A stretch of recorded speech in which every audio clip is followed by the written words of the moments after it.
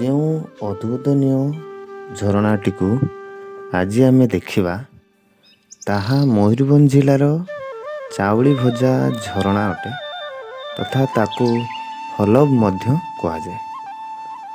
ମୟୂରଭଞ୍ଜ ପୂର୍ବ ଓଡ଼ିଶାର ଏକ ପ୍ରମୁଖ ବୁଲିବା ଜାଗା।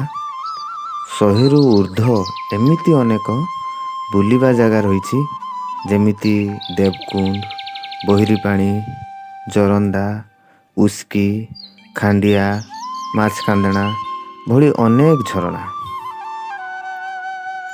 ଚାଉଳିଭଜା ଝରଣା ବାରିପଦା ସହର ନିକଟସ୍ଥ ବଙ୍ଗାଲଢାଇ ଗାଁରେ ଅଛି।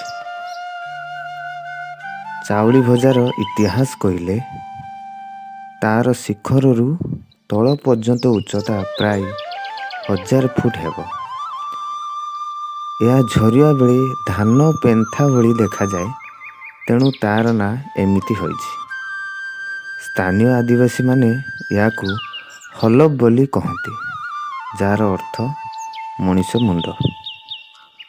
ଏଠିକାର ଆଦିବାସୀମାନେ ଏକ ଅଲଗା ଭାଷାରେ ମଧ୍ୟ କଥାବାର୍ତ୍ତା ହୁଅନ୍ତି, ଯାହା ଆମେ ବୁଝିଲୁ ତାହା ଥିଲା ମୁଣ୍ଡ୍ରି ଭାଷା।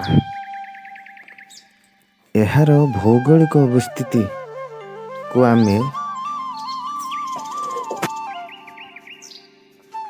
ଜାଣିଲୁ।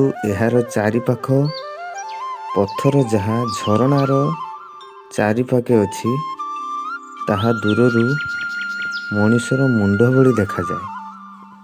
ତାପରେ ମଧ୍ୟ ଏଠାରେ ବହୁ ପୁରାତନ ପଥରମାନ ଦେଖିବାକୁ ମଧ୍ୟ ପାଇପାରିବେ। ଆଉ ଡେରି କାହିଁକି, ଏବେ ଚାଲ ଯିବା ଚାଉଳିଭଜା।